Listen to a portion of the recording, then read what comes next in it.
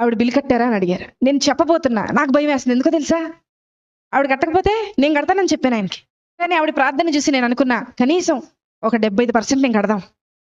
ఏదో చైన్ ఉంటుంది కదా, మా ఆయనకి తెలియకుండా అమ్మేసి కట్టేసేద్దామని అనుకున్నా. తెలిస్తే ఒప్పుకోరు కదా అనుకున్నా. ఆవిడ దగ్గరికి వెళ్తున్నాం, స్థలం లేక స్టెప్స్ కింద పెట్టారు. ఒక స్ట్రక్చర్ వేసి అబ్బాయికి ట్రీట్మెంట్ చేస్తుంది.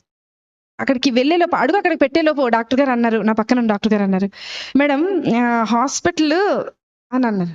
చెప్పండి సార్, ఏదో మీరు చెప్తున్నారు అంటే ఇంకా కొంచెం టైం దొరుకుద్దేమో, ఏదైనా ఆన్సర్ ఆలోచించి ఆయనకు చెప్దాం. ఎందుకంటే ఆవిడ ఇంకా కట్టలేదు, ప్రార్థన అవ్వలేదు ఆవిడది అక్కడ.